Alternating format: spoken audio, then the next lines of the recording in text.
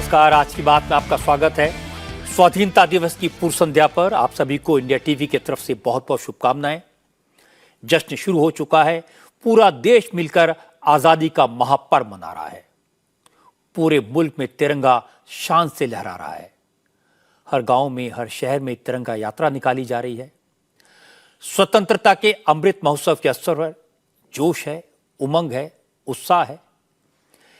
इस शुभ अवसर पर सबसे पहले मैं आपको भारत की शान, देश के मुकुट, कश्मीर की तस्वीरें दिखाना चाहता हूं। जिस कश्मीर घाटी में स्वतंत्रता दिवस के मौके पर सन्नाटा होता था, कर्फ्यू लगता था, वहां आज लोगों का हुजूम दिखाई दिया। सबके हाथों में तिरंगा लहराता हुआ दिखाई दिया। जहां अलगाववादी नारे सुनाई देते थे, वहां भारत माता के जय के उद्घोष की गूंज सुनाई दी। श्रीनगर से लेकर अनंतनाग, पुलवामा से लेकर शोपियां तक हर जगह तिरंगे से सरोबार है। पूरे भारत में कल से हर घर तिरंगा अभियान की शुरुआत हुई है और कश्मीर ने दिखा दिया कि तिरंगा फहराने में, तिरंगा लहराने में वहां के लोग किसी से पीछे नहीं है। वो इलाके जहां से बंद की कॉल दी जाती थी, श्रीनगर में डल लेक से लेकर लाल चौक तक हर तरफ तिरंगा शान से लहराता दिखाई दिया। लोग आजादी का जश्न मनाते दिखाई दिए। आज कश्मीर घाटी में भारत का झंडा लेकर घूमने में किसी को कोई डर नहीं है। जिन घरों के नौजवान भटक कर आतंकवादी बन गए थे, उनके घरों में भी आज तिरंगा शान से लहराता हुआ दिखाई दिया। ये जवाब है उन दुश्मनों को जिन्होंने कश्मीर को अलगाववाद के रास्ते पर धकेला। ये जवाब है उन नेताओं को जो कहते थे अगर कश्मीर से आर्टिकल 370 हटा लिया गया तो तिरंगा थामने वाला कोई नहीं मिलेगा। आज आर्टिकल 370 को हटे 4 साल हो चुके हैं, लेकिन कश्मीर में तिरंगा थामने वाले हाथों की कोई कमी दिखाई नहीं दी। मैं आपको बदले हुए कश्मीर की तस्वीरें दिखाऊंगा, वहां के लोगों की बात सुनवाऊंगा, लेकिन सबसे पहले आपको सोपोर की तस्वीर दिखाना चाहता हूं, जो अपने आप में बहुत अहम है, खास है और बहुत बड़ा मैसेज देती है। सोपोर में ये जो शख्स अपने घर पर तिरंगा लहराते हुए आपको दिखाई देगा, इनका नाम है रईस मट्टू। रईस मट्टू का भाई जावेद मट्टू हिजबुल मुजाहिदीन का एक्टिव टेररिस्ट है। पिछले 14 साल से पाकिस्तान के इशारे पर वो कश्मीर में दहशतगर्दी फैलाता रहा है। जावेद मट्टू के घर वालों को पता नहीं कि वो जिंदा है या मारा गया, कहां है, लेकिन ये पहला मौका है जब उनके घर पर तिरंगा लहराया गया। रईस मट्टू ने कहा कि उसका भाई गलत संगत में पड़कर भले आतंकी बन गया हो, इसका मतलब ये नहीं कि उनका परिवार हिंदुस्तान से मोहब्बत नहीं करता। रईस मट्टू की एक बात जिसने मुझे सबसे ज़्यादा हिट किया वो ये थी कि पहली बार उन्होंने 14 अगस्त के दिन अपनी दुकान खोली। रईस मट्टू के मुताबिक कश्मीर में हर साल 14 अगस्त को, यानी पाकिस्तान के इंडिपेंडेंस डे के दिन, आतंकी संगठन आज़ादी का दिन मनाते थे, दुकानों को ज़बरदस्ती बंद करवा देते थे। लेकिन आज पहला मौका है जब 14 अगस्त को घाटी में पाकिस्तानी झंडा नहीं बल्कि तिरंगा लहराया, और वो भी इतने बड़े पैमाने पर, और वो भी इतनी शान से। रईस मट्टू ने कहा कि कश्मीर के लोगों ने देख लिया कि पिछले कुछ साल में कितनी तरक्की हुई और पाकिस्तान किस तरह कंगाली के दौर में पहुंचकर अब भीख मांग रहा है। मेरे दिल से ले रहा है, अपनी मर्जी से ला रहा है, किसी का कोई प्रेशर नहीं, कोई दबाव नहीं, मेरे दिल से ले रहा है। क्या सोचा आपने? बस हकीकत ही है, यही मैंने सोचा है। मैं ये यूथ को पैगाम दे रहा हूँ, कौमेदारी में आओ, यही हमारे लिए ठीक है। सारे जहाँ से अच्छा हिंदुस्तान हमारा, हम बुलबुले हैं इसकी, ये गुलिस्तान हमारा। तो डेवलपमेंट हो रहा है? डेवलपमेंट मैं पहली बार आज दुकान पर बैठा हूँ 14 अगस्त, वरना मैं बंद होता था 2 दिन 3 दिन। जो पॉलिटिक्स थी, पिछली पॉलिटिक्स, वो गेम खेल रही, हम गरीब लोग इसमें पीस रहे। मैं यूथ को यही पैगाम दे रहा हूँ, आओ कौमेदारी में आओ, हिंदुस्तान के झंडे तले डेवलपमेंट चल रही है। आज कानून अच्छा है, आज इंसाफ हो रहा है, आज किसी को बेगुनाह नहीं पकड़ते, जिसने गलत किया है उसी को पकड़ते हैं, ये क्लियर है। तो आपका भाई एक्टिव है इस टाइम?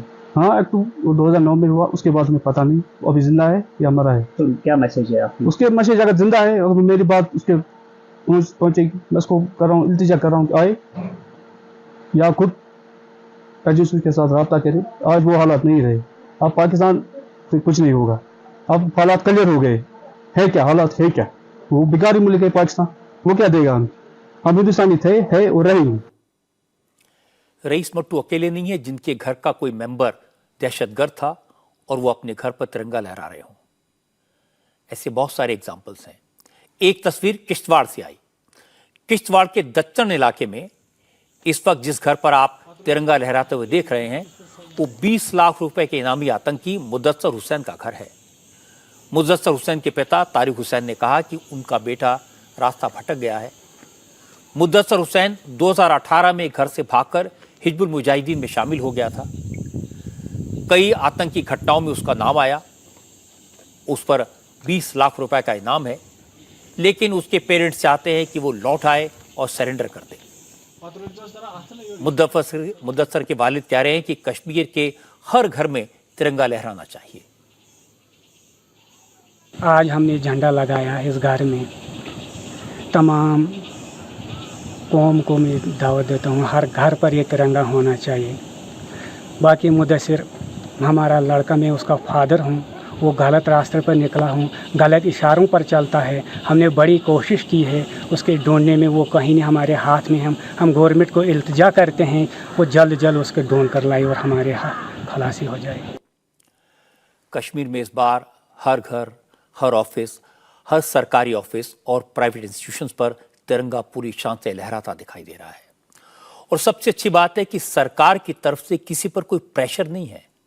लोग खुद आगे आकर अपने घरों पर, अपनी संस्थाओं पर तिरंगा लहरा रहे हैं, क्योंकि इन लोगों को कश्मीर में आया बदलाव नजर आ रहा है। 2019 में जब अगस्त के महीने में कश्मीर से आर्टिकल 370 को खत्म किया गया था तो बहुत डर था, आशंकाएं थी, लेकिन आज वो सारी आशंकाएं, वो सारे डर गलत साबित हुए। कश्मीर में अब रिकॉर्ड संख्या में टूरिस्ट पहुंच रहे हैं। आतंकी वारदातों में कमी आई है, लोगों में खौफ कम हुआ है और यही वजह कि बड़ी संख्या में लोग स्वतंत्रता दिवस की तैयारियों में लगे हैं। ये जो तस्वीर आप देख रहे हैं वो अनंतनाग के स्पोर्ट्स स्टेडियम की है। आप देख सकते हैं कि कितनी बड़ी तादाद में लोग यहां पहुंचे और सबके हाथों में तिरंगा है। आपको ये जानना जरूरी है कि अनंतनाग पीडीपी चीफ और जम्मू कश्मीर के पूर्व मुख्यमंत्री महबूबा मुफ्ती का होम टाउन है। वही महबूबा मुफ्ती जो कहती थी अगर कश्मीर से धारा 370 खत्म की गई तो घाटी में कोई तिरंगा उठाने वाला नहीं मिलेगा, लेकिन आज उन्हीं महबूबा के जिले में, अनंतनाग में सबके हाथों में तिरंगा है और शान से लहरा रहा है। आप लोग सब जानते हैं कि हमारे भारत का काल इंडिपेंडेंस डे है, हमारा इंडिपेंडेंस डे है, हमारे बच्चों का इंडिपेंडेंस डे है। This is a very great auspicious day for us क्योंकि अथॉरिटीज ने ये वेन्यू चुना है, मरहमा जामिअतुस सालिहात इंस्टीट्यूट को चुना है। जामिअतुस सालिहात के यही है कि आप जामिअतुस सालिहात जैसे यहाँ से मना रहे हैं, सब स्कूलों बच्चों को यही मैसेज है जामिअतुस सालिहात की तरफ, वो इंडिपेंडेंस डे में शामिल हो जाए। कश्मीर घाटी के हर इलाके से तिरंगा यात्रा की ऐसी खूबसूरत तस्वीरें आ रही हैं। अब जैसे शोपिया से इस वीडियो को देखिए, कई 100 मीटर लंबी लाइन है, तिरंगा यात्रा निकाली जा रही है और सबसे खास बात है कि तिरंगा यात्रा में औरतों और लड़कियों की तादाद अच्छी खासी है। आप गौर से देखेंगे तो पुरुषों से ज्यादा महिलाएं आपको दिखाई देंगी। शोपियां, अनंतनाग, ये वो इलाके हैं जहां 14 और 15 अगस्त को यानी पाकिस्तान और भारत की आज़ादी के दिन आमतौर पर बंद की कॉल दी जाती थी। किसी तरह की गड़बड़ी को रोकने के लिए इंटरनेट को बंद करना पड़ता था, लेकिन इस बार ऐसा कुछ नहीं है। वाकई में आज़ादी का जश्न दिखाई दे रहा है। पुलवामा में हजारों लोग मेरी माटी मेरा देश तिरंगा रैली में शामिल हुए। पुलवामा के विमेंस डिग्री कॉलेज से निकाली गई इस यात्रा में लोगों में देशभक्ति और राष्ट्रवाद का जोश देखने को मिला। तिरंगा यात्रा में बड़ी तादाद में नौजवान, स्कूल और कॉलेज के स्टूडेंट शामिल हुए। ये वही पुलवामा है जहां फरवरी 2019 में आतंकवादी हमला हुआ था और सीआरपीएफ के 40 जवान शहीद हुए थे। करती है बसेरा। लेकिन अब पुलवामा 4 साल पुरानी उन कड़वी यादों को भुलाकर आगे बढ़ चुका है। वो भारत देश है मेरा। अब यहाँ लोग आतंकवाद के खौफ में नहीं जीते, बल्कि तिरंगा लेकर बड़ी तादाद में आजादी का जश्न मनाने निकल पड़े हैं। चिड़िया करती है आजादी को लेकर जैसा जोश कश्मीर घाटी में दिख रहा है, वैसा ही जज्बा जम्मू डिवीजन के लोगों में भी दिखाई दिया। हालांकि डोडा किश्तवाड़ जम्मू के ऐसे इलाके हैं जहां पहले आतंकवादी हमलों की घटनाएं होती थी, लेकिन कश्मीर घाटी की तरह डोडा रीजन में भी इस तरह के हमलों में कमी आई है। यही वजह है कि लोग खुलकर स्वाधीनता दिवस की तैयारी कर रहे हैं। पेट्रियोटिज्म है, उसको कहीं ना कहीं हमें अपने बच्चों में ट्रांसफर करना है, और मुझे लगता है this is a wonderful initiative from the honourable prime minister that he has started to inculcate the patriotism among the children, you know, because we are catering mothers, we are catering children, we are catering adults and girls. So this is a prime department जहाँ से कि हमारे देश की मिट्टी के लिए जिन लोगों ने कुर्बानियाँ दी है उनको आज हम याद करें, और इस पूरी कैंपेन का यही मकसद है कि हमारे बच्चों में जो कुर्बानियां हुई है हमारे मुल्क की आज़ादी के लिए, उसको हम कहीं ना कहीं याद करें। सरकार की तरफ से भी तिरंगा रैली का आयोजन किया जा रहा है। डल लेक के पास कश्मीर इंटरनेशनल कन्वेंशन सेंटर से बोटेनिकल गार्डन तक तिरंगा यात्रा निकाली गई। इस तिरंगा रैली में शामिल होने के लिए श्रीनगर के अलावा कई जिलों के लोग यहां पहुंचे।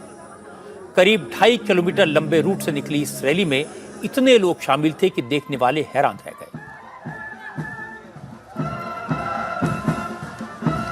एक तरफ सड़क पर तिरंगा यात्रा निकल रही थी, दूसरी तरफ डल लेक में नाव चला रहे लोग भी तिरंगा लेकर चल रहे थे। हमारे संवाददाता मंजूर मीर 20-25 साल से कश्मीर से रिपोर्टिंग कर रहे हैं। आज उन्होंने भी कहा कि उन्होंने कश्मीर में ऐसा नजारा कभी नहीं देखा। कश्मीर में एक साथ इतने तिरंगे उन्होंने कभी नहीं देखे। मैं आपको दिखाता हूं तिरंगा यात्रा पर मंजूर मीर की रिपोर्ट।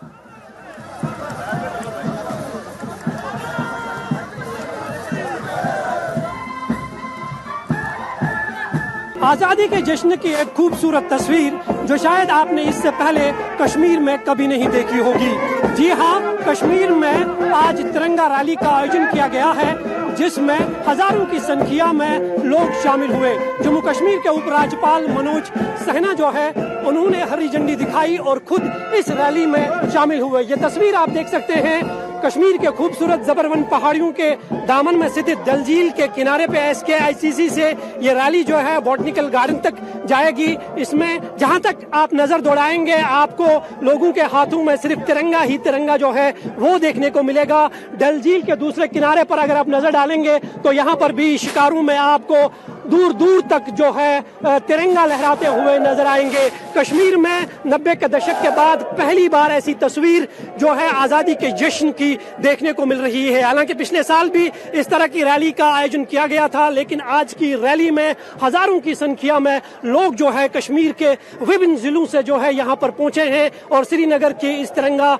यात्रा का एक हिस्सा बने हुए हैं। आप देख सकते हैं एक बहुत बड़ा लंबा मार्च है और करीबन 2 से 2.5 किलोमीटर के आसपास ये रैली जाएगी और वहां पर ये रैली संपन्न होगी। लेकिन निसंदेह ही आज की तस्वीर जो कश्मीर की है वो बेहद खूबसूरत और पुरसुकून तस्वीर दिख रही है। इसमें आप देख सकते हैं न सिर्फ सुरक्षा बल के जवान बल्कि स्टूडेंट्स, युवा और जितने भी सरकारी डिपार्टमेंट्स के लोग हैं वो आज इस तिरंगा रैली में शामिल हुए हैं।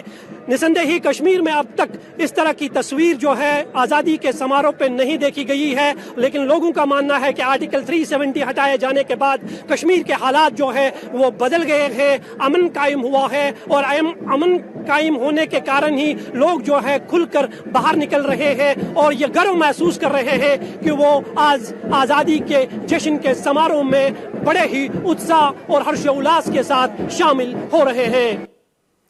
मंजूर मीर भी हैरान दिखाई दे रहे हैं। उन्होंने ऐसा नज़ारा कश्मीर में पहले कभी नहीं देखा। उनकी रिपोर्ट्स तो हमेशा दहशतगर्दी पर, कर्फ्यू पर, बंद पर होती थी। आज जब उनको तिरंगा रैली की रिपोर्ट भेजने का मौका मिला तो उनके चेहरे पर खुशी है और आश्चर्य तो है ही है।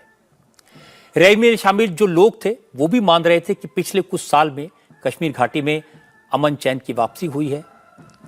वो भी कहते हैं कि कुछ साल पहले तक तो सोचा भी नहीं जा सकता था कि 14 और 15 अगस्त को घाटी में स्ट्राइक नहीं होगी, कर्फ्यू नहीं लगेगा, मार्केट बंद नहीं होगा। लेकिन आज मार्केट खुले और तिरंगा लेकर लोगों ने जबरदस्त रैली निकाली। ये तस्वीर हर तरफ आपको नजर आएगी। हमारे स्पोर्ट्स पर्सन यहाँ हैं।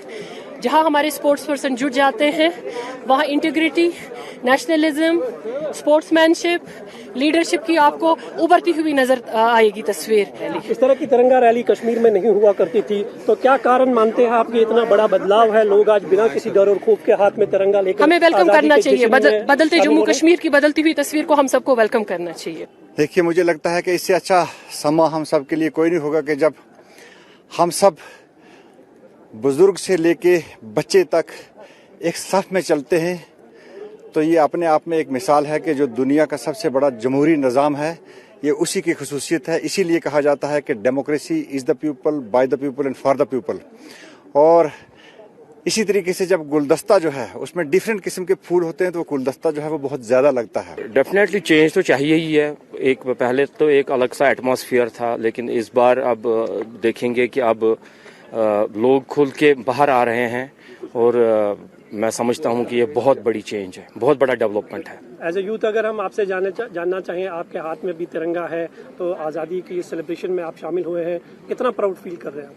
डेफिनेटली हर किसी को तो अपने देश पे प्राउड फील करना ही चाहिए। And I am so happy that I am the part of this rally and I am so happy that I am a Indian with this flag. ये जमहूरियत की तस्वीर है, ये देश की शान की तस्वीर है। और जम्मू कश्मीर में पिछले कुछ साल में जो हालात बेहतर हुए हैं उसमें यहाँ के एलजी मनोज सिन्हा का अहम रोल रहा है। मनोज सिन्हा लोगों की चिंता करते हैं, सबसे मिलते हैं, उनकी प्रॉब्लम सुनते हैं, जिसकी वजह से लोगों का भरोसा जीतने में कामयाब रहे। तिरंगा रैली के दौरान लोगों से बात करते हुए मनोज सिन्हा ने कहा कि इस तिरंगे की आन बान शान को बनाए रखने के लिए कितने लोगों ने अपनी कुर्बानी दी, त्याग दिए। ऐसे में हम सबकी जिम्मेदारी है कि इस तिरंगे की आन को, इसकी शान को बनाए रखा जाए। मां भारती के सपूतों का उत्साह, उमंग, शौर्य, शांति, खुशहाली से भरे राष्ट्र के मुकुटमणि का दमकता हुआ यह नया स्वरूप है। हिमगिरी से लेकर झेलम तवी चिनार की लहरों से एक ही गूंज सुनाई पड़ रही है, एक ही संकल्प लिया जा रहा है। इस तिरंगे की आन बान शान के लिए हम जिएंगे और इसकी रक्षा के लिए अपने प्राणों की आहुति भी देंगे। हर हाथ में तिरंगा स्वतंत्रता सेनानियों का स्वागत और सम्मान है। हमारे उन वीर जवानों जिन्होंने इस मातृभूमि की रक्षा के लिए अपने प्राणों की आहुति दी, उनका सम्मान है। जिन्होंने अपने वर्तमान को, अपनी जवानी को हमारे भविष्य के लिए हंसते हंसते कुर्बान कर दिया था, उनके सपने भी इस तिरंगे से जुड़े हुए।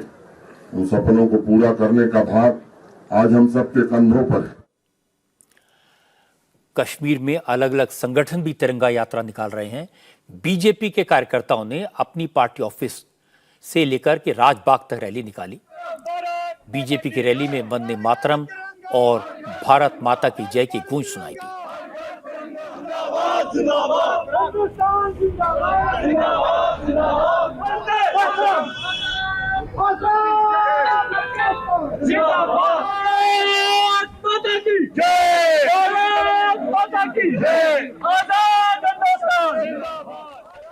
अब से कुछ देर पहले श्रीनगर के ऐतिहासिक लाल चौक में क्लॉक टावर का भी उद्घाटन किया गया। श्रीनगर स्मार्ट सिटी प्रोजेक्ट के तहत इस घंटाघर को बनाया गया है। आज ही एलजी मनोज सिन्हा ने इसका इनॉग्रेशन किया।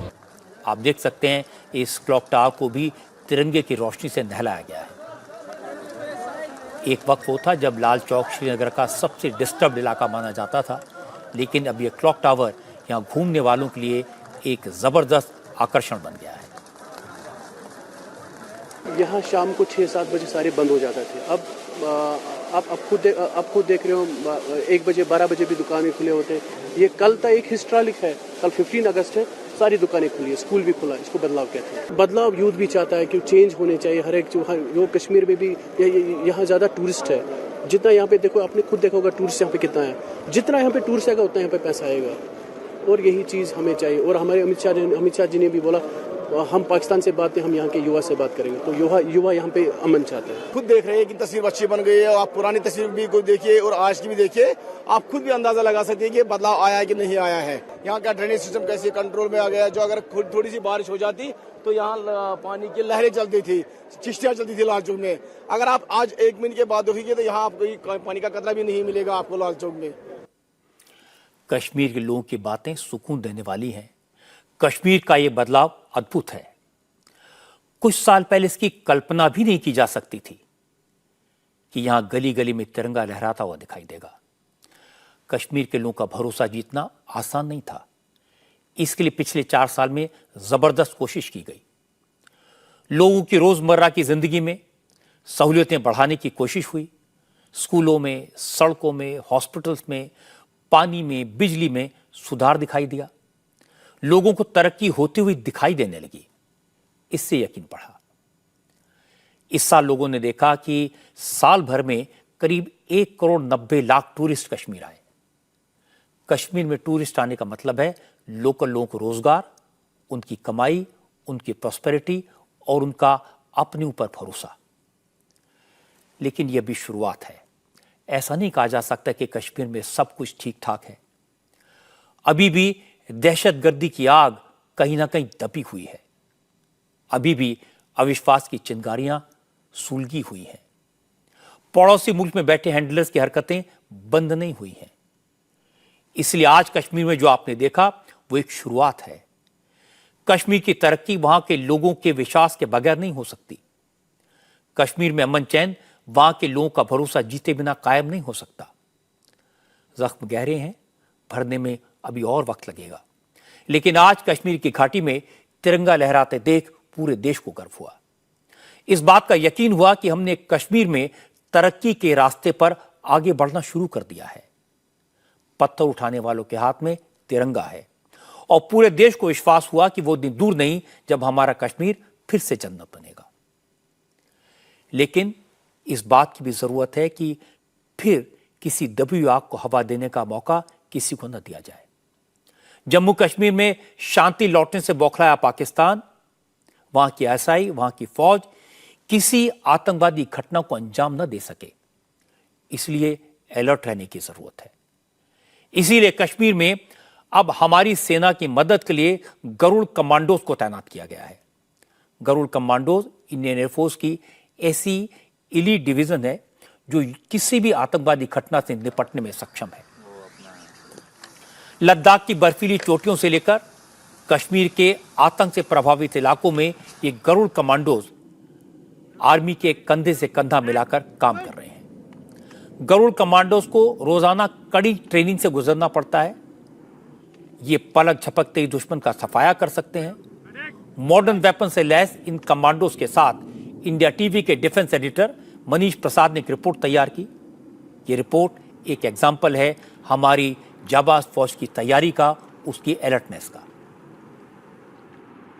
गरुड़ कमांडोज की तैनाती इस समय लाइन ऑफ एक्चुअल कंट्रोल के 18,000 फीट के अलग अलग जगहों से लेकर कश्मीर घाटी और वाइटल इंस्टॉलेशंस की सिक्योरिटी जो एयरफोर्स करती है वहां पर भी तैनाती है।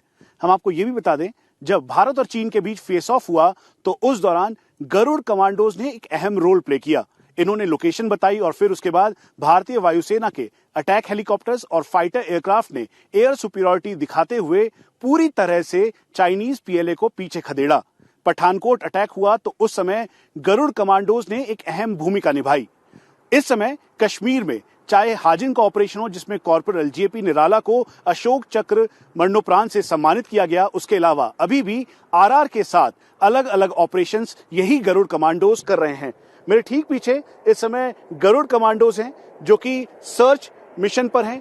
यहाँ पर बताया गया है कि जो पायलट है वो इजेक्ट हुआ और इजेक्ट होने के बाद अब उसको लेने के लिए गरुड़ कमांडोज की टीम जो 4 से लेकर 16 तक हो सकती है, उनकी जो टीम है अब यहाँ पर पायलट को लेने आ रही है। चारों तरफ इनकी तैनाती हो गई है। एरिया को डोमिनेट करते हुए पूरी तरह से सिक्योर किया गया। सिक्योर करने के साथ जो इस समय भारतीय वायुसेना के ये जो गरुड़ कमांडोज हैं ये डिप्लॉयड हैं और ये इस पूरे मिशन को अंजाम देने के लिए यहाँ पर पहुंच चुके हैं।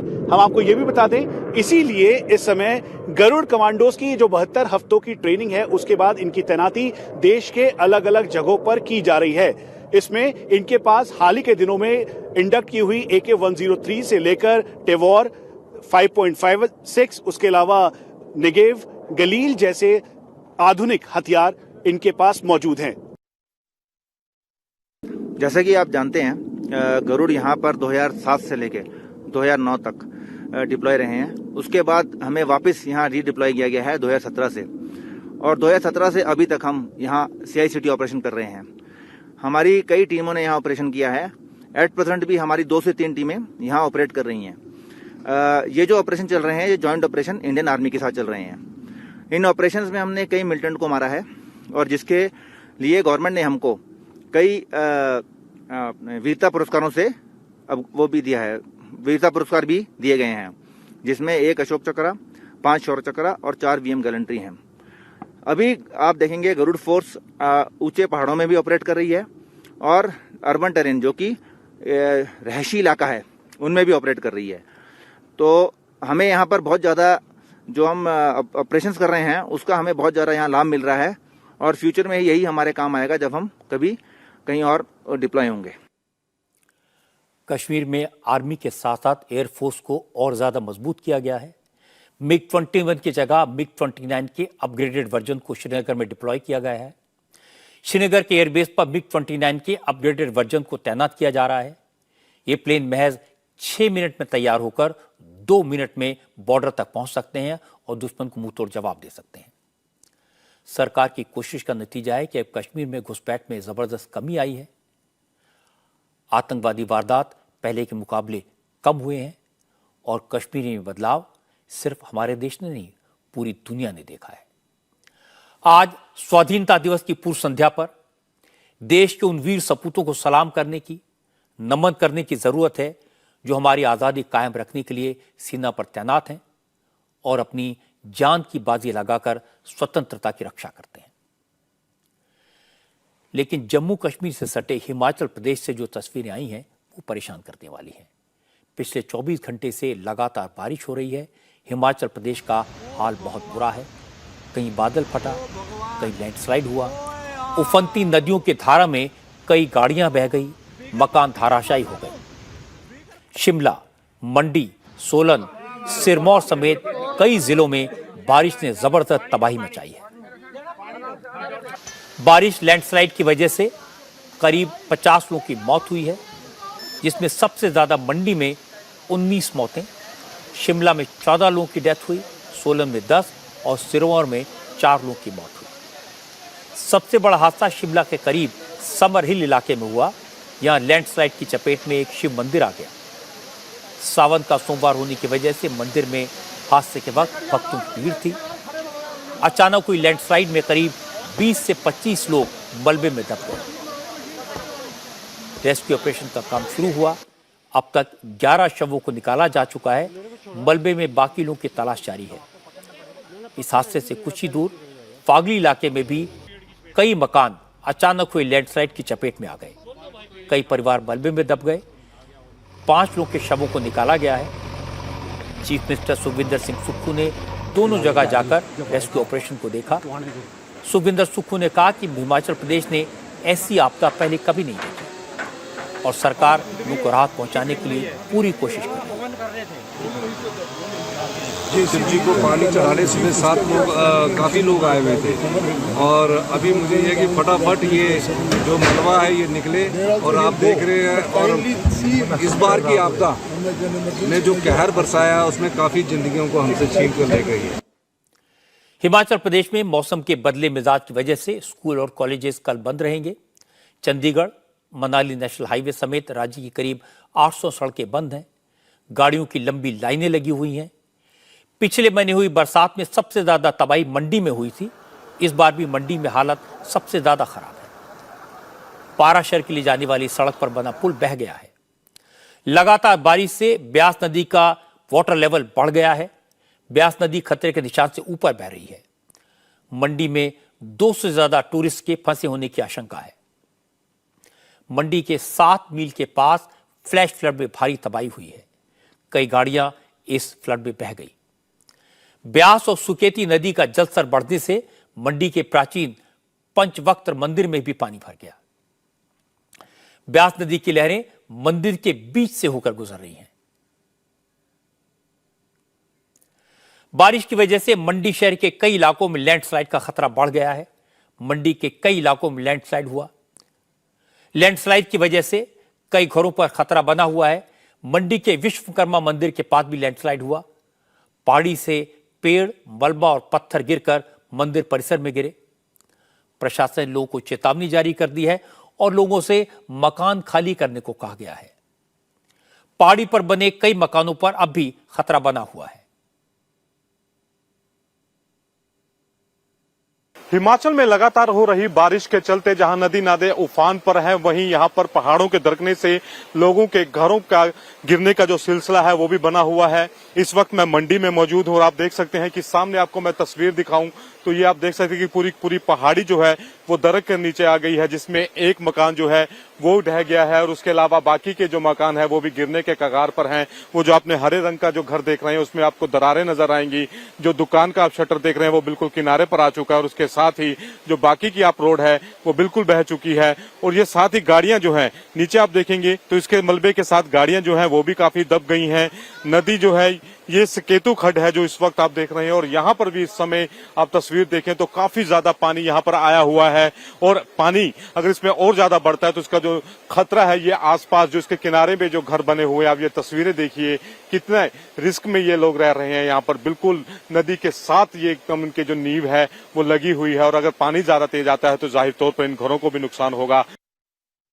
हिमाचल के हर इलाके से इसी तरह परेशान वाली खबरें आ रही हैं। कुल्लू में पिछले 14 घंटों से ज्यादा वक्त से लगातार बारिश हो रही है। बारिश की वजह से नदी नालों का जलस्तर बढ़ गया है। कुल्लू मनाली हाईवे में नेशनल हाईवे रुका हुआ है। पुल टूट गए हैं, गाड़ियां फंस गई हैं। सुंदरनगर इलाके में पहाड़ियों से पानी के साथ बहकर मलबा नीचे आ गया। इस मलबे की चपेट में नेशनल हाईवे पर खड़ी कई गाड़ियां आई। कई घरों को भी नुकसान हुआ। सिरमौर में बादल फटने से भारी तबाही हुई। क्लाउड बस्ट की यह घटना कंडाई वाला गांव में हुई। भारी बारिश की वजह से अचानक आए पानी में स्कूल के 25 बच्चे फंस गए। प्रशासन ने उन्हें रेस्क्यू किया, लेकिन मौसम विभाग ने बताया कि हिमाचल प्रदेश पर बारिश का खतरा भी टला नहीं है। अगले 24 घंटे के लिए रेड अलर्ट जारी किया गया है। हिमाचल प्रदेश में पिछले 24 घंटों में अधिकांश स्थानों पर वर्षा हुई है और जिसमें अनेक स्थानों पर भारी से बहुत भारी वर्षा हुई है। आगे जो आने वाले दिनों में फोरकास्ट है 24 घंटों के लिए प्रदेश में रेड अलर्ट जारी कर दिया गया है और 15 तारीख को प्रदेश में येलो अलर्ट जारी किया गया है। और जो 24 घंटे में रेड अलर्ट जारी किया गया है उसमें जिले आते हैं चंबा, कांगड़ा, हमीरपुर, बिलासपुर, ऊना, शिमला, सोलन, सिरमौर, मंडी। हिमाचल प्रदेश की तरह उत्तराखंड में भी भारी बारिश ने जमकर तबाही मचाई हुई है। मौसम विभाग ने उत्तराखंड में 4 जिलों के लिए रेड अलर्ट जारी किया है। भारी बारिश से उत्तराखंड की नदियों का जलस्तर बढ़ गया है।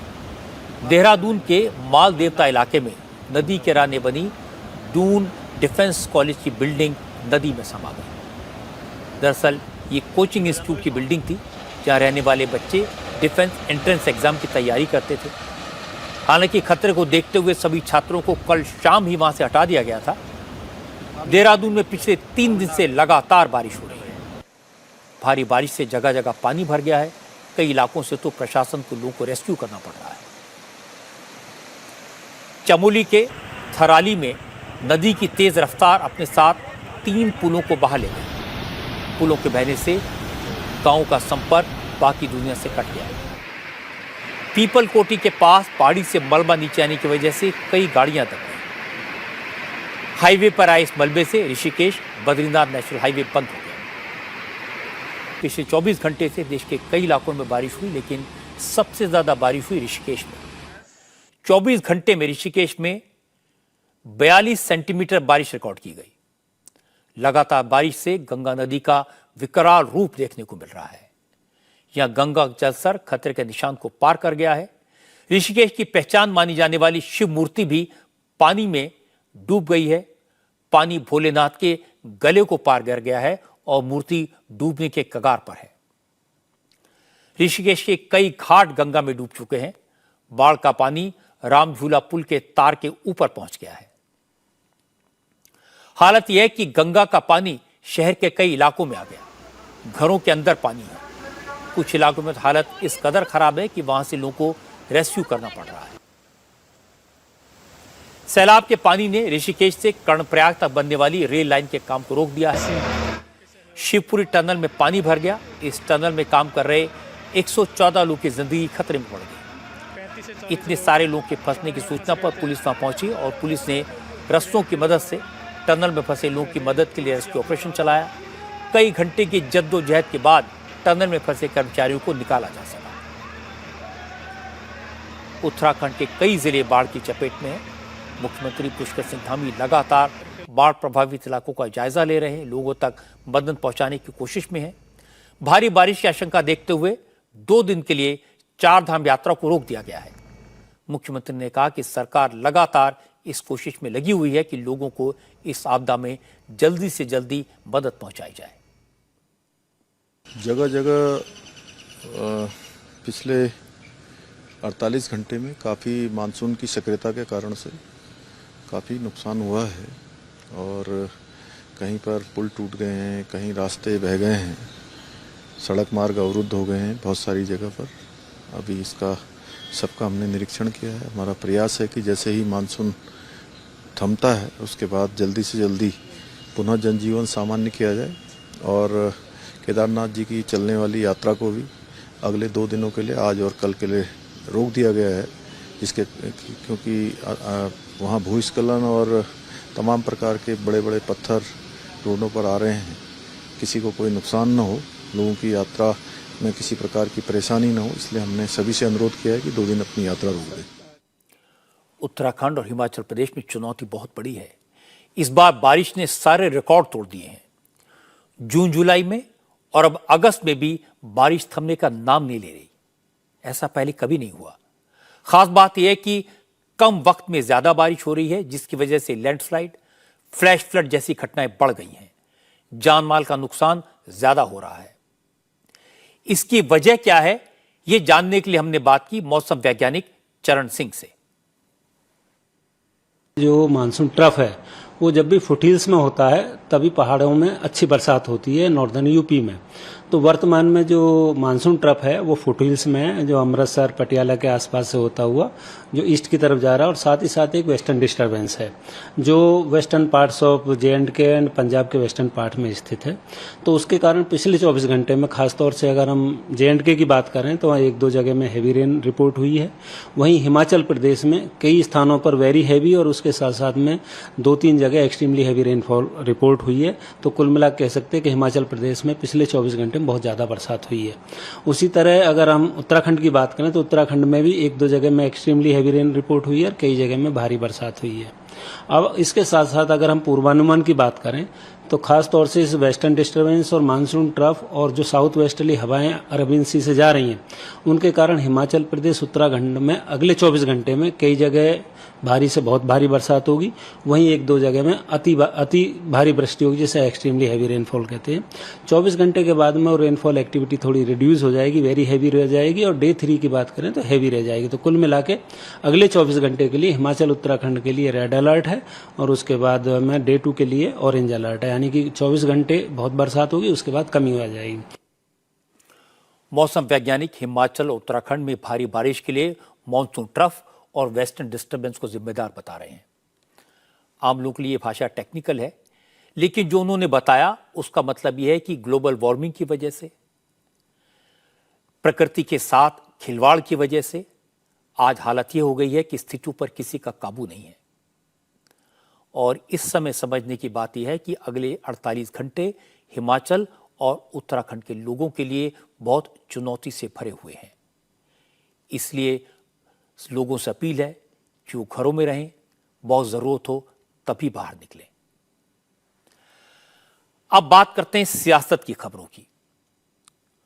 कांग्रेस पार्टी के लीडर, पार्लियामेंट के मेंबर रणदीप सुरजेवाला के एक बयान को लेकर बड़ा विवाद खड़ा हो गया।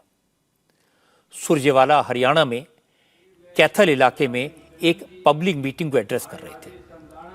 रणदीप सुरजेवाला ने अपने भाषण में पहले बीजेपी को राक्षस कहा, फिर हरियाणा सरकार में शामिल दुष्यंत चौटाला की पार्टी जेजेपी को राक्षस कहा और इसके बाद उन्होंने बीजेपी को वोट देने वाले हर वोटर को राक्षस बता दिया। उन्होंने कहा कि महाभारत की धरती से वो इन सब लोगों को श्राप देते हैं। सुनिए। भाजपा के राक्षस हो तुम लोग। भारतीय जनता पार्टी को जो वोट देता है और भारतीय जनता पार्टी का जो समर्थक है वो राक्षस प्रवृत्ति का व्यक्ति है। मैं आज महाभारत की इस धरती से श्राप देता हूं। रणदीप सुरजेवाला ने जनता को राक्षस कहा। यह हरियाणा के कैथल में दिया गया था। जवाब देने के लिए सबसे पहले हरियाणा के चीफ मिनिस्टर मनोहर लाल खट्टर सामने आए। खट्टर ने कहा सुरजेवाला का बयान आपत्तिजनक है। खट्टर ने कहा हरियाणा सरकार सुरजेवाला के इस बयान पर एक्शन लेगी। एक राक्षस प्रवृत्ति के परिवार में जन्मा ये व्यक्ति ही सोच सकता है कि इस प्रकार का अभद्र भाषा बोलना, ये मैं समझता हूं असंसदीय भाषा है। निश्चित रूप से इसका हम संज्ञान लेंगे। सुरजेवाला का बयान बीजेपी जेजेपी के वोटर्स पर था। बीजेपी के बाद दुष्यंत चौटाला ने भी इस पर रिएक्ट किया।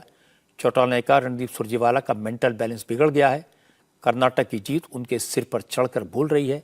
लोकतंत्र में वोटर तो भगवान होता है, लेकिन सुरजेवाला उसे राक्षस कह रहे हैं।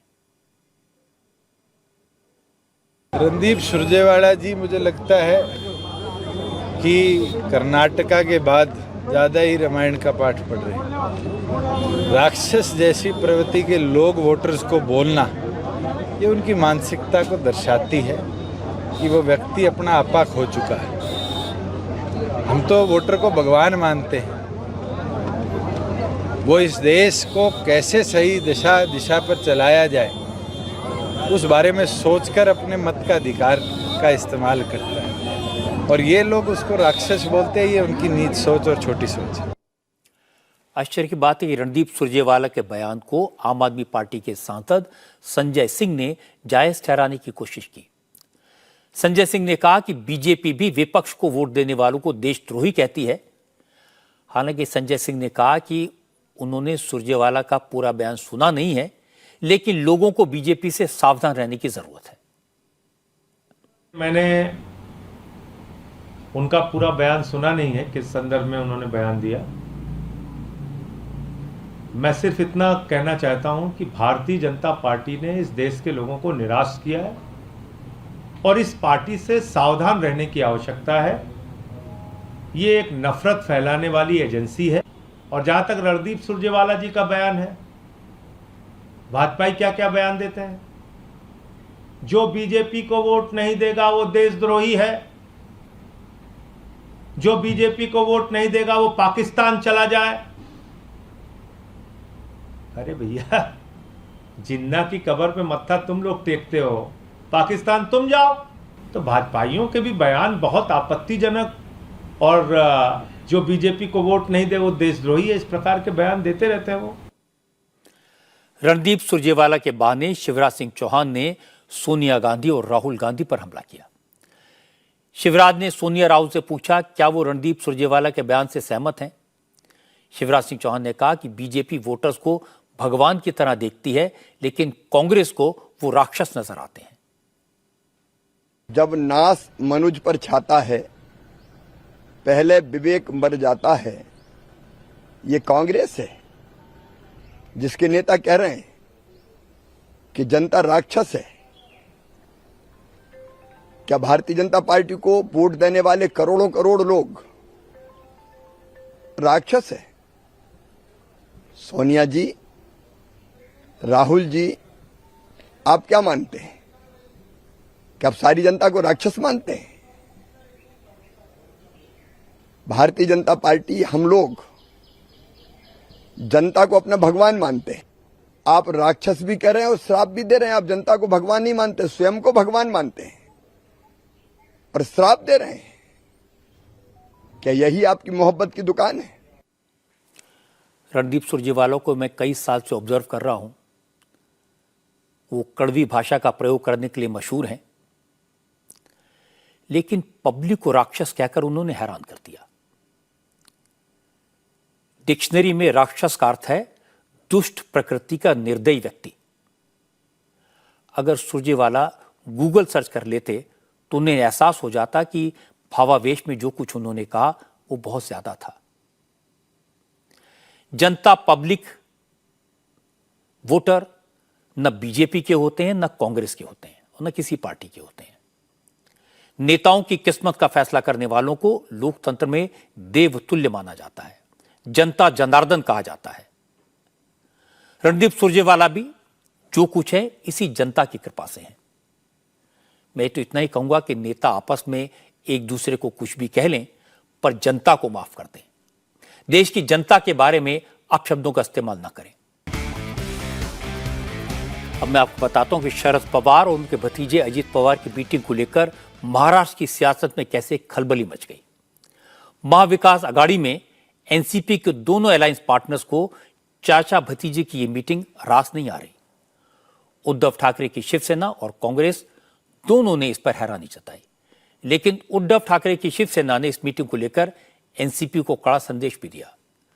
शिवसेना ने अपने मुखपत्र सामना में लिखा कि डिप्टी सीएम अजीत पवार बार बार शरद पवार से मिलने जा रहे हैं और मजे की बात है कि शरद पवार किसी मुलाकात को टाल नहीं रहे।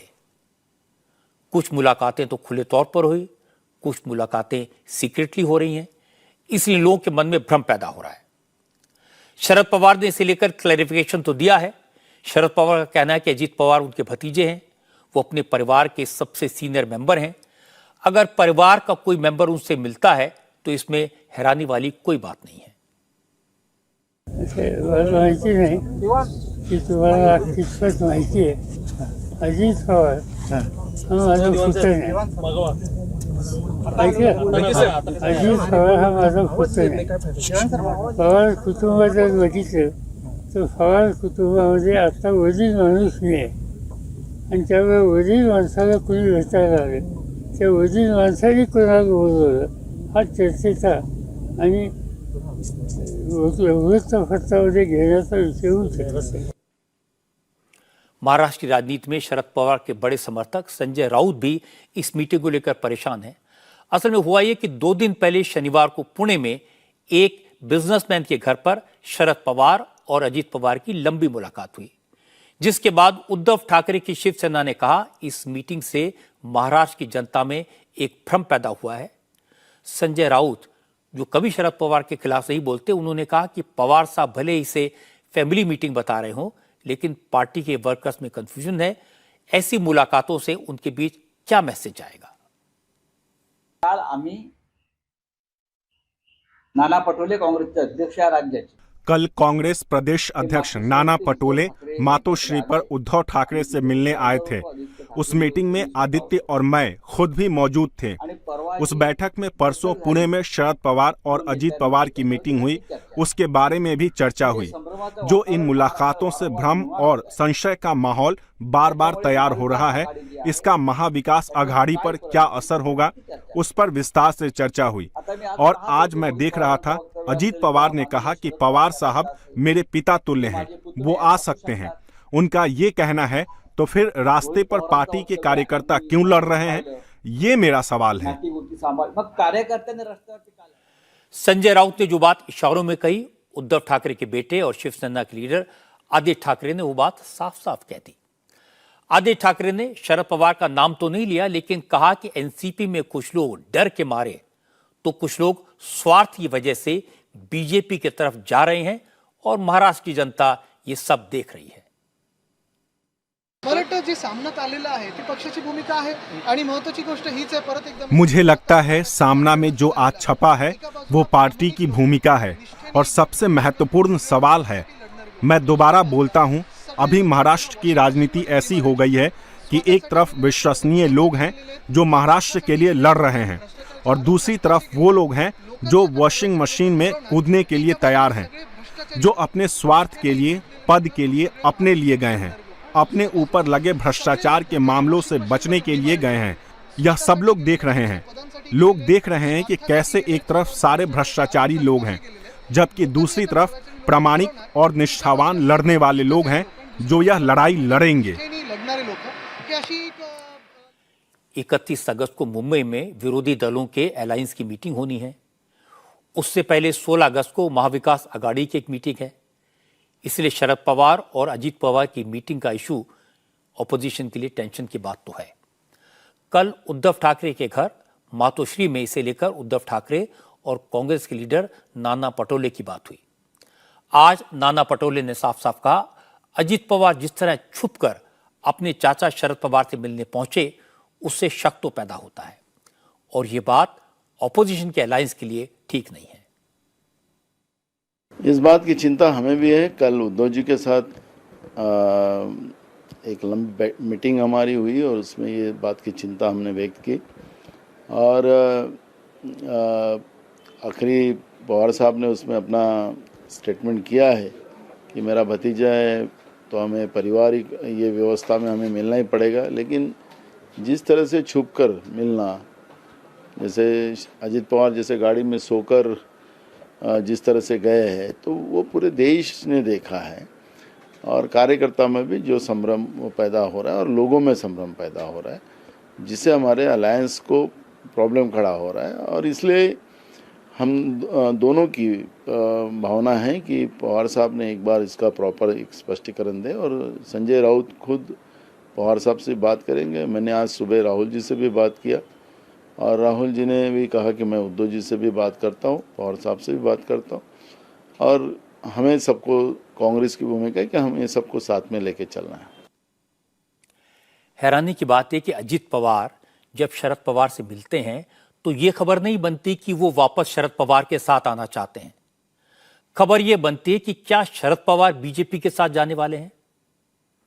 हालांकि इतिहास तो यह है कि अजीत पवार बीजेपी के साथ गए और फिर पवार परिवार में लौट आए, लेकिन तो भी शक बड़े पवार साहब पर होता है। सबको लगता है कि शरद पवार कहीं भी कभी भी जा सकते हैं। उनके चाहने वाले, उनके सपोर्टर तो शरद पवार के दीवाने हैं, वो उनसे कभी सवाल नहीं पूछेंगे और इसकी वजह शरद पवार का अपना इतिहास है। हाल ही का उदाहरण देखिए, अजीत पवार एनसीपी के एमएलए को लेकर बीजेपी के साथ चले गए, डिप्टी चीफ मिनिस्टर बन गए। इसके बाद वो 5 बार शरद पवार से मिल चुके हैं। एक बार उनके घर सिल्वर ओक पर, 2 बार वाईबी चौहान सेंटर में, एक बार एक पब्लिक फंक्शन में जहां प्रधानमंत्री भी मौजूद थे और 12 तारीख को एक बिजनेसमैन के घर चाचा भतीजे की सीक्रेट मीटिंग हुई, छुप कर गए। ये तो वो मीटिंग्स हैं जिनके बारे में सबको पता चल गया। इस बात की क्या गारंटी है कि चाचा भतीजे इसके अलावा कई बार और कई जगह नहीं मिले। लोग पूछते हैं कि अजीत पवार ने पार्टी छोड़ी, एमएलएज लेकर चले गए। अगर उन्होंने पवार साहब को धोखा दिया था तो शरद पवार उससे नाराज क्यों नहीं है, बार बार क्यों मिलते हैं। शरद पवार ने अजीत पवार के खिलाफ अब तक एक लफ्ज नहीं कहा। अब इतना सब होगा तो शक तो होगा ही। मोटी बात यह कि अजीत पवार और शरद पवार की मुलाकात को लेकर सब चकराए हुए हैं। उद्धव ठाकरे बार बार संजय राउत से पूछते होंगे ये क्या चल रहा है। बीजेपी वाले देवेंद्र फडणवीस से पूछते होंगे कि क्या होने वाला है। लेकिन क्या होने वाला है ये शरद पवार के अलावा कोई नहीं बता सकता। सब सिर्फ अटकलें लगा सकते हैं। शरद पवार बहुत सीनियर लीडर हैं, उनको जो करना है वो करेंगे, सही मौके पर करेंगे और वो किसी की परवाह नहीं करेंगे। आज की एक और बड़ी खबर यह है कि ममता बनर्जी के पार्टी तृणमूल कांग्रेस ने खुलकर उन्हें विरोधी दलों के प्रधानमंत्री पद के उम्मीदवार के तौर पर प्रोजेक्ट कर दिया है। एक दिन पहले संडे को ममता बनर्जी की पार्टी तृणमूल कांग्रेस ने कोलकाता में एक बड़ा प्रोग्राम किया, जिसमें ममता बनर्जी को प्राइम मिनिस्टर बनाने की मांग जोर शोर से उठाई गई। इस कार्यक्रम में बैकड्रॉप में जो पोस्टर लगाए गए थे उनमें लिखा गया ममता फॉर पीएम। हालांकि तृणमूल कांग्रेस की तरफ से कहा गया कि यह प्रोग्राम पार्टी ने ऑर्गेनाइज नहीं किया था, लेकिन इस कार्यक्रम में कुणाल घोष और फिराद हाकिम जैसे टीएमसी के सीनियर लीडर्स मौजूद थे।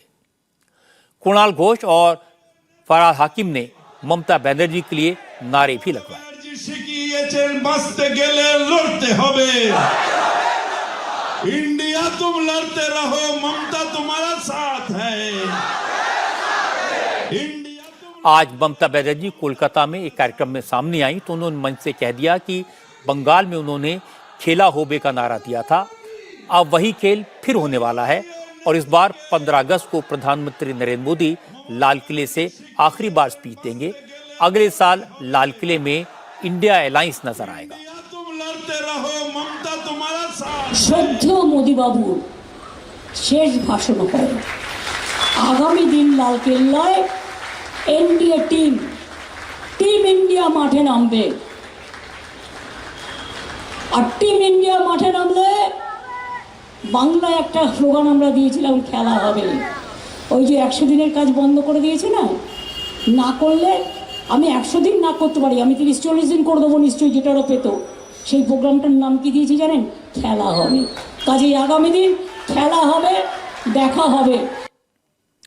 टीएमसी के लीडर्स ने ममता बनर्जी को प्राइम मिनिस्टर कैंडिडेट तौर पर खुलकर प्रोजेक्ट करना शुरू किया तो बीजेपी ने मजा लिया। शुभेंदु अधिकारी ने ट्वीट किया कि स्पेशल 26 से प्रधानमंत्री पद की पहली दावेदार सामने आ गई हैं। लेकिन सवाल है कि विपक्षी गठबंधन के दूसरे पीएम कैंडिडेट इसे कैसे निगलेंगे, शायद एक चुटकी नमक के साथ। बीजेपी के एक और लीडर सुकांता मजूमदार ने कहा कि विपक्ष के गठबंधन में 26 दल हैं। साल भर में हर पार्टी के नेता को 15-15 दिन पीएम बनने का मौका मिलेगा। बहुत सारे दल है, 26 दल है, उसमें से लीडर कौन है? ममता बनर्जी के टीम ममता बनर्जी को प्रमोट करेगा, केसीआर को करेगा। तो 10 राहुल गांधी तो है पहले से एलिजिबल, सबसे बड़ा बेकार है इस देश में अगर कोई है। हाँ, तेजस्वी यादव है, वो कितने नाम गिनेंगे? 26 दल के 26 नेता, 26 पीएम, महीने का 12 महीने का एक बांट के दे देंगे तो फिर रिपीट होगा। 15-15 दिन एक पीएम रहेगा। बंगाल में 45 लाख लोग दौड़ रहे हैं दूसरे राज्य में काम करने के लिए। आपके पास काम भी नहीं है, धान लगाने का काम करने के लिए लोग जा रहे हैं दूसरे स्टेट, और ममता बनर्जी के लिए पीएम। पूरा देश देख चुका है सीएम को, ये सीएम पीएम कभी नहीं बन सकता। कुछ लोग ये कह सकते हैं कि ममता बनर्जी के समर्थकों ने जोश में आकर उनके पीएम बनने का नारा लगा दिया, लेकिन सच है कि ममता बनर्जी का अपनी पार्टी पर इतना कंट्रोल है कि उनकी मर्जी के बगैर परिंदा भी पर नहीं मार सकता। ममता बनर्जी और उनकी पार्टी के सीनियर नेता मानते हैं अकेली ममता बनर्जी ऐसी लीडर हैं जिन्होंने अपने दम पर बीजेपी को बंगाल में मात दी थी। वो मानते हैं कि ममता ही अकेले ऐसी लीडर हैं जो नेशनल लेवल पर भी नरेंद्र मोदी को चुनौती दे सकती हैं। ममता की पार्टी का मानना है कि विरोधी दलों में जो पार्टियां शामिल हैं उनमें से ज्यादातर लोग ममता के नाम पर राजी हो जाएंगे। इसीलिए विरोधी दलों की अगली मीटिंग से कई दिन पहले ऐलान कर दिया गया कि ममता बनर्जी प्रधानमंत्री के पद की उम्मीदवार हो सकती हैं। आज की बात में इतना ही। मेरी आपसे अगली मुलाकात कल रात 9 बजे होगी। आप सभी को स्वाधीनता दिवस की बहुत बहुत शुभकामनाएं। कल सुबह से इंडिया टीवी पर स्वाधीनता दिवस की स्पेशल कवरेज आप देख सकते हैं। प्रधानमंत्री नरेंद्र मोदी का भाषण देख सकते हैं। हम उस भाषण को एनालाइज भी करेंगे। कल दिन भर आपको एक बार फिर से बहुत बहुत शुभकामनाएं। इंडिया टीवी हर वक्त हर जगह डाउनलोड करने के लिए सर्च करें India TV news Google play store या ऐप स्टोर पर।